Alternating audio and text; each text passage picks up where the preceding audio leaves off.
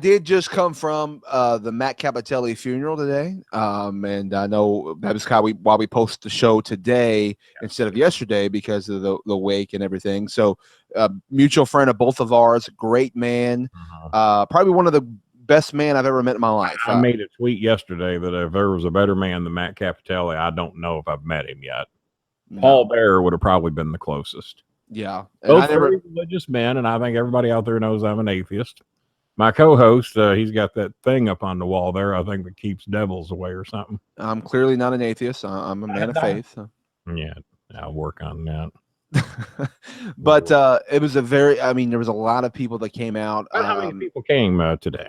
I don't know it was 50 to 100 maybe. I really don't know the exact number. I mean, a lot of, I tell you what, I don't want to, maybe I shouldn't bring up who was there, but I was shocked that one person showed up. Well, go ahead. Well, I don't see what.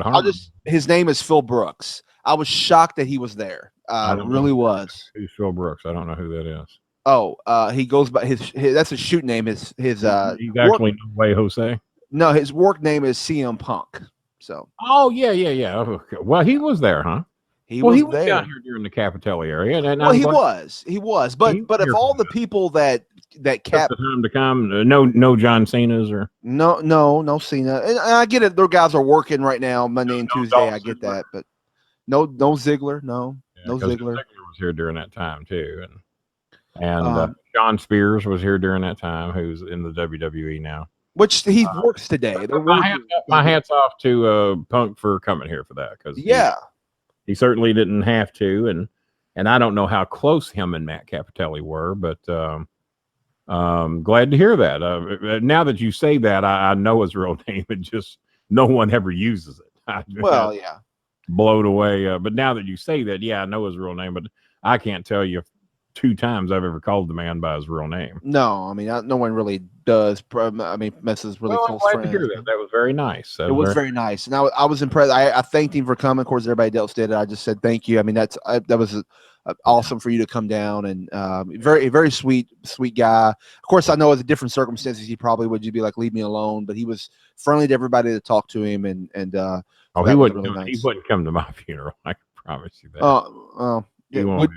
We got along about half the time, and the other half of the time he was busy being an ass, and we didn't get along so well. He was the one that threw my briefcase. We was doing a celebrity appearances of a shitload of us at a bowling alley on Old Shepherdsville Road one night. Yeah. And Idol talked me into going. Health wise, I didn't really feel like doing it, but Idol talked me into going. All the fans will pop and bring the briefcase and all this. Man, even the boys will pop if you walk in with a briefcase and everything. And I was like, all right. So I did it. And of course, Punk was there. He had just got called up to WWE, but he was being shipped back and forth, filling out his commitments here. And to be a smartass, he grabbed my briefcase and he swung it down the bowling alley. And the manager of the bowling alley saw him do it. And he says, hey, I saw you do that, because Punk thought I was going to go down there and retrieve my own briefcase, or that one of the staff was or something. And that manager told him to walk in the gully, and he says, you go down there and you get that man's briefcase. And then when he got it, he threw him out. So, and Idol just kept telling me how sorry he was. He's a man. He said, I don't know him to be that way, because him and Idol were very tight for a long time. Yeah. But Lance had a funny question. He wants to know how much you're paying me so I can go to all these WWE events. Lance, I'm paying Kenny to be on the show. He's not paying me. I'm paying him. I'm not one of these promoters that pays you to be on the show. Do you realize there's a lot of shows they run around the country to where the wrestlers pay anywhere from $35 to $50 to be on the show? Really? And they'll book like 20 or 30 of these fucks. And they pay to be on the show? Oh yeah, because to say they was on a wrestling show, they pay upwards of $30 to $50. And you know who did that here in Louisville? Guido Andretti. Really? Yeah. Wow. I'm sorry, Vito Andretti. Oh, Vito Andretti. Okay. I know Vito. Vito and Mr. Black did it. Yeah. But Mr. Black was in on it. And they were doing it in Portland, and they were charging these fuckers $35 each to be on the show. So the shows were profiting money before they even sold a ticket. And then they would get, and here's the other genius part of it. This is more or less the Danny Davis theory of OVW. Then they would get them to sell their friends and family tickets to the once a month show they would run in Portland. So now they've already got $35 ahead from the so-called wrestlers. Mm-hmm. And now you get them bringing 3, 4, 5 friends each and some relatives. Hey, come watch me on this professional wrestling show. And Jack and Vito had a little TV time under their belt with OVW. So in everyone's eyes, they were big TV stars. And so it was a legit show as long as Jack and Vito were on it. And I don't know why that scam went away, but eventually I guess it did.